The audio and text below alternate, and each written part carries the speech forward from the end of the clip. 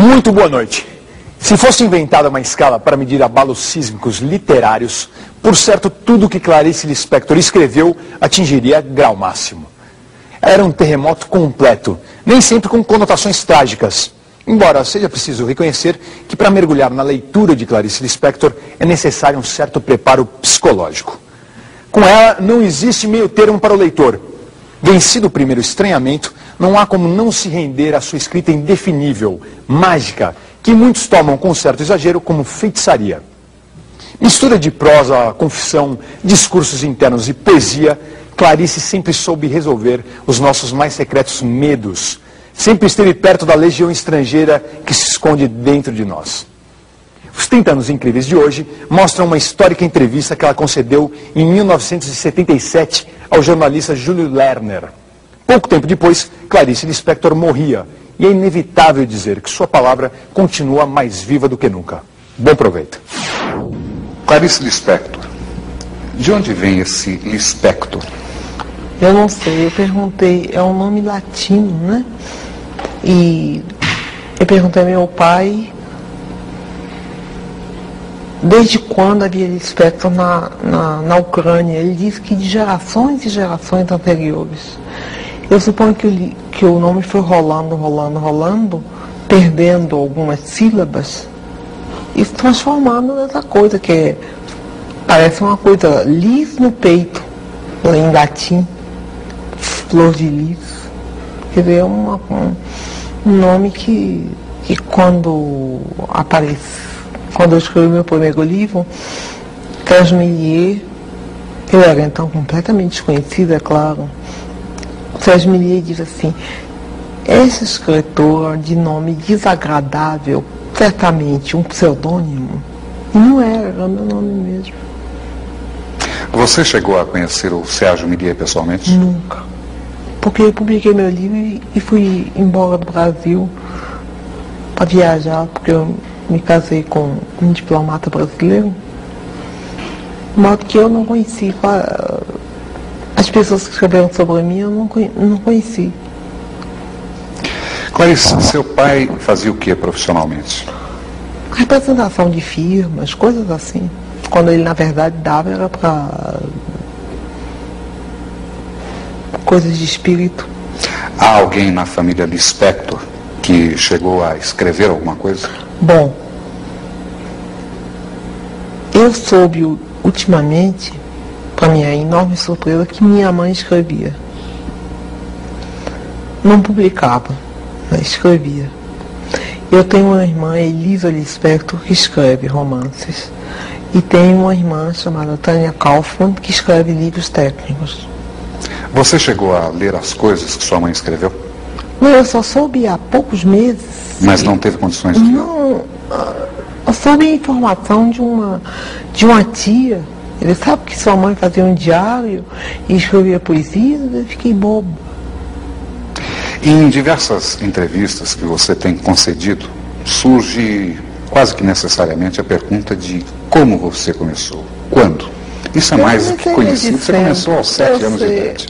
Antes dos 7 anos eu já fabulava, já inventava história. Por exemplo, inventei uma história que não acabava nunca. É muito complicado para explicar essa história, como era.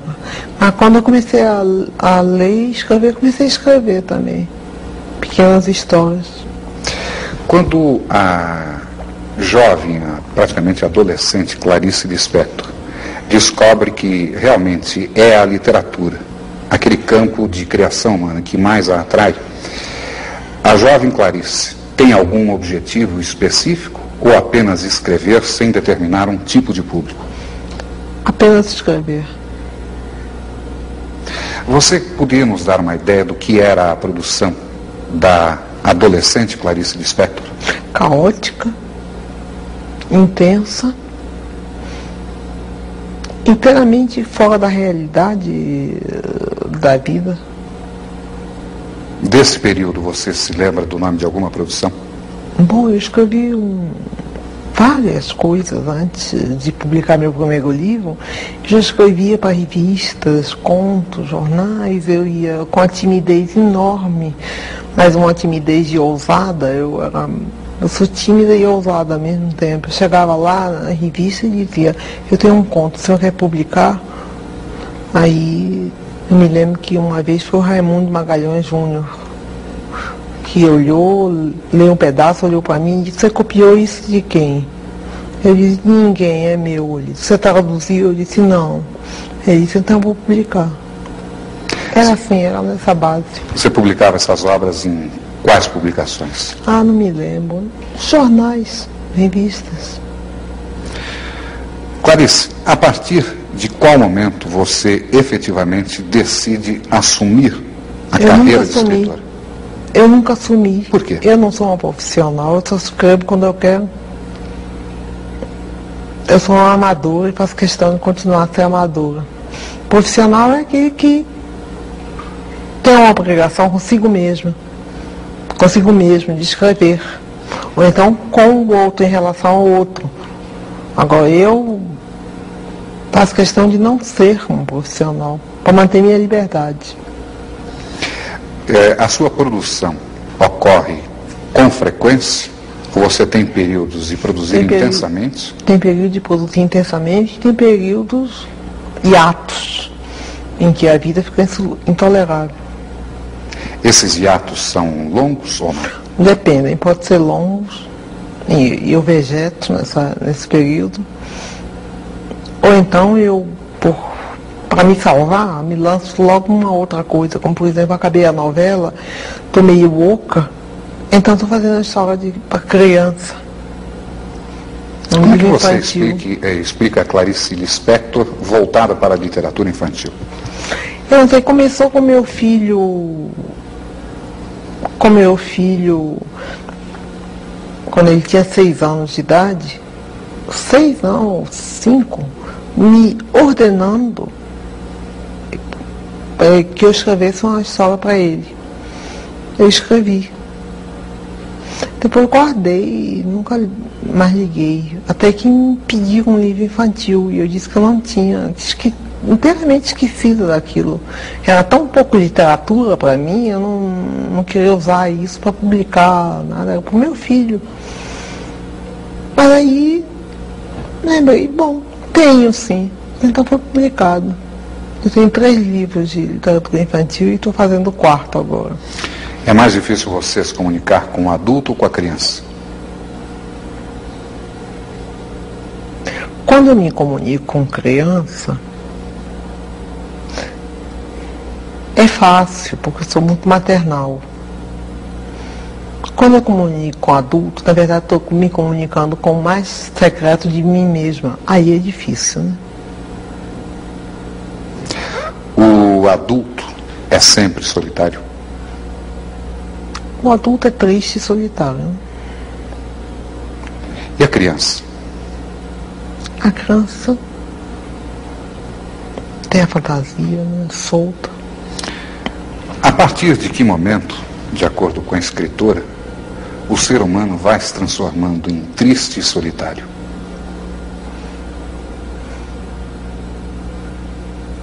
Isso é segredo.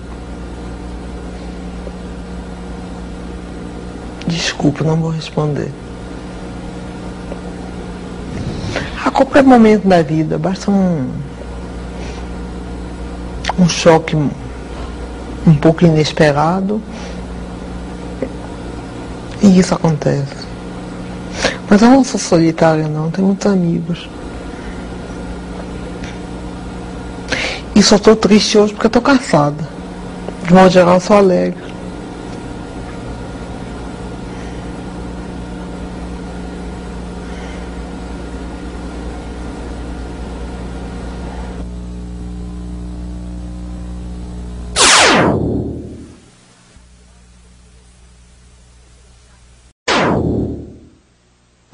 Rilke, em seu Cartas a um Jovem Poeta, respondendo a uma das missivas, perguntava ao jovem que pretendia se tornar escritor: se você não pudesse mais escrever, você morreria? A mesma pergunta eu transfiro a você. Eu acho que enquanto não escrevo, eu estou morta. Esse período, É muito duro o período entre um trabalho e outro. E ao mesmo tempo é necessário para haver uma espécie de esvaziamento da cabeça, para poder nascer alguma outra coisa. Se nascer, é tudo tão incerto.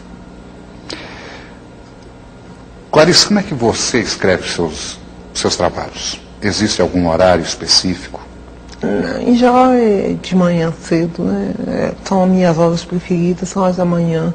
Você Da acorda que horas? madrugada, 4h30, 5 horas, já acordo. Fico fumando, tomando café, sozinha, sem nenhuma interferência. Quando eu estou escrevendo alguma coisa, eu anoto a qualquer hora do dia ou da noite, coisas que me vêm. O que se chama inspiração, né? Agora, quando eu estou no ato de concatenar as inspirações, aí eu sou obrigada a trabalhar diariamente. Você se considera uma escritora popular? Não. Por qual razão? Bom, me chamam até de hermética, como é que posso ser popular sendo hermética? E como você vê essa observação que nós colocamos entre aspas, hermética? Eu me compreendo.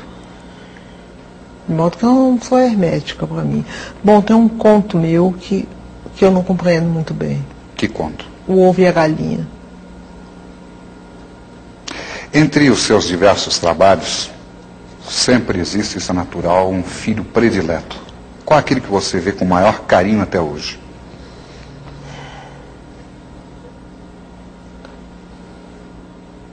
O Ovo e a Galinha, que é um mistério para mim. Uma coisa que eu escrevi sobre um bandido, sobre um criminoso chamado Mineirinho, que morreu com 13 balas, quando uma só bastava, e que era devoto de São Jorge e tinha uma namorada, que me deu uma revolta enorme. Eu escrevi isso. Sobre esse seu trabalho em torno de Mineirinho, qual o enfoque que você deu? Eu não me lembro muito bem, já foi há bastante tempo. A qualquer coisa assim, como o primeiro tiro me espanta, o segundo tiro, não sei o que, o terceiro tiro, coisa. O 12º me atinge, o 13º sou eu. Eu me transformei no Mineirinho, massacrado pela polícia.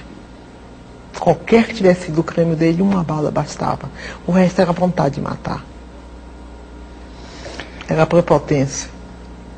Em que medida o trabalho de Clarice Lispector, no caso específico de Mineirinho, pode alterar a ordem das coisas? Não altera em nada. Não altera em nada.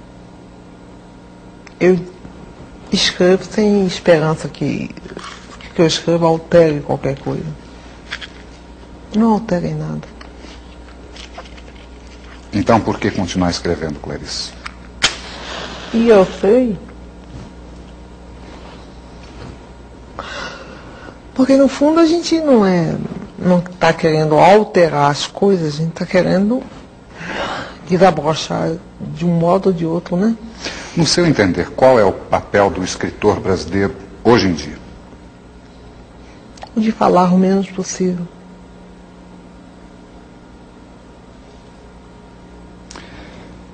Você tem mantido contato com outros escritores brasileiros? Eventualmente. E mesmo, acredito, latino-americanos. Latino-americano. Quais aqueles que você acredita serem os mais significativos desse tempo atual? Eu prefiro não citar nomes porque eu vou esquecer alguns, vai ofender, vai ferir, assim eu não cito ninguém. Mas aquele que a toque mais de perto, que lhe diga mais intensamente. Não falar nada. Antes de nós entrarmos aqui no estúdio, você me dizia que está começando um novo trabalho agora, uma novela. Não, eu acabei a novela. Que novela é essa, Clarice? Só de uma moça tão pobre que só comia cachorro quente. Mas a história não é isso só, não. A história é de uma inocência pisada, de uma miséria anônima. O cenário dessa novela é em É Rio de Janeiro, mas o personagem é nordestino, é de Alagoas. Onde é que você foi buscar dentro de si mesma? Eu morei em Recife. Eu morei no Nordeste, eu me criei no Nordeste.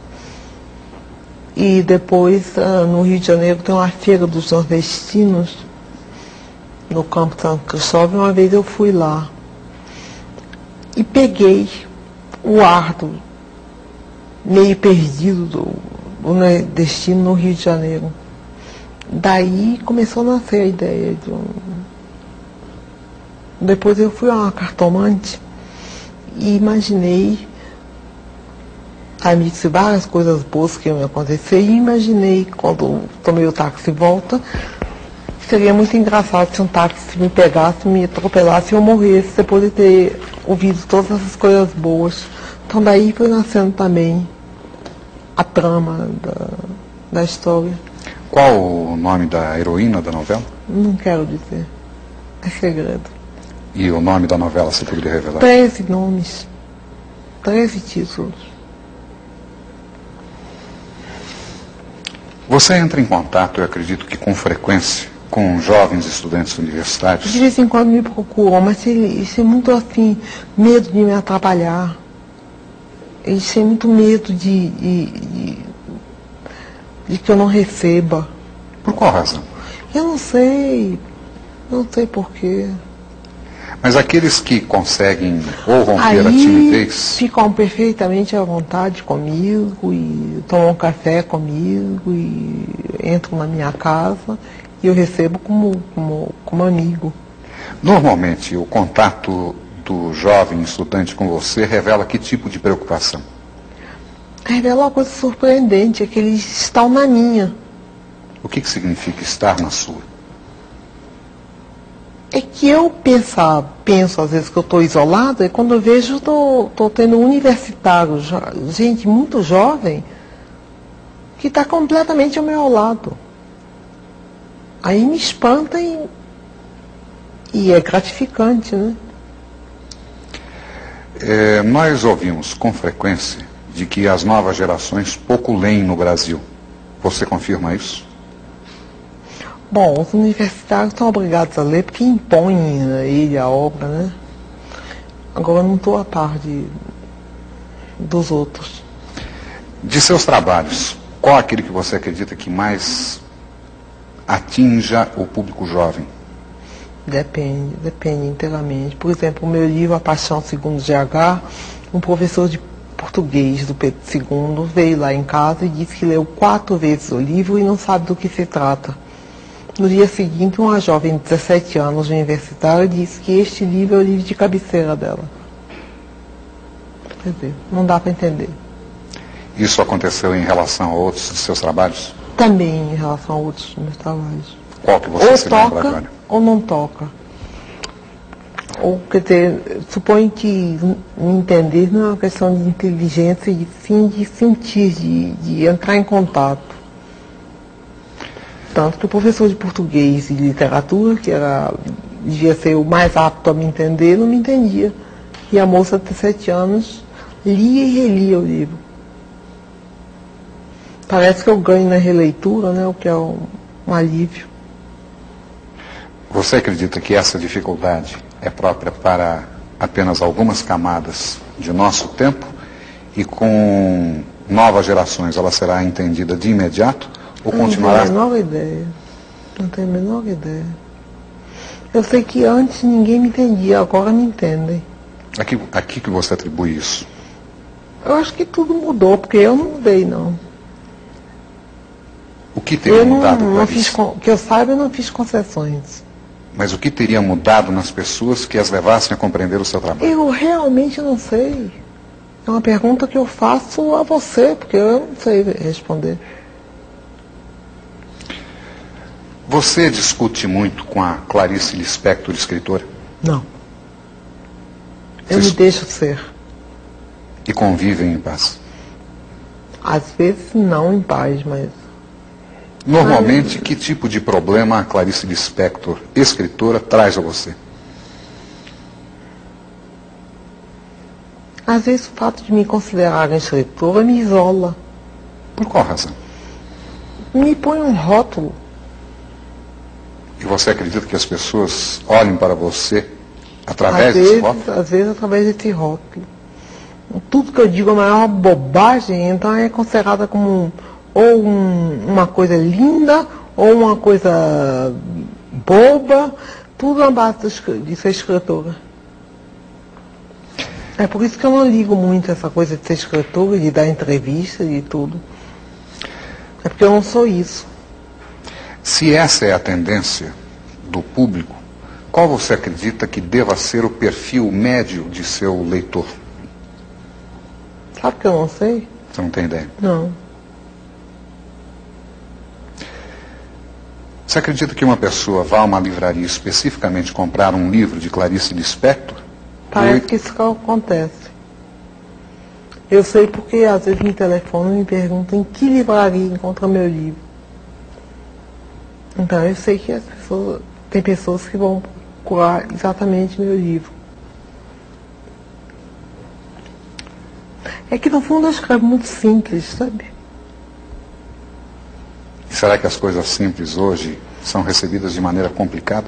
Talvez, mas eu escrevo simples. Eu não enfeito. Na sua formação como escritora, quais aqueles escritores que você sente que realmente influenciaram, que marcaram? Eu não sei realmente, porque eu misturei tudo. Eu lia livro, romance para mocinha, livro cor-de-rosa, misturada com Dostoiévski. Eu escolhia os livros pelos títulos. E não pelos autores que eu não tinha conhecimento nenhum. Misturei tudo. Fui ler aos 13 anos Hermann Hesse, tomei um choque. O Lobo na Estepe. Ou da Estepe, não sei. Aí comecei a escrever um conto que não acabava nunca mais. Terminei rasgando e jogando fora.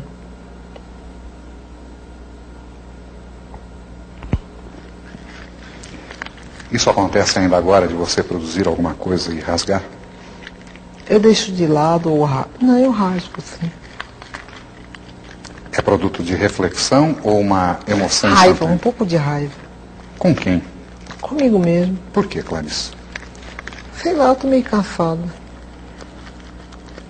Do quê? De mim mesmo.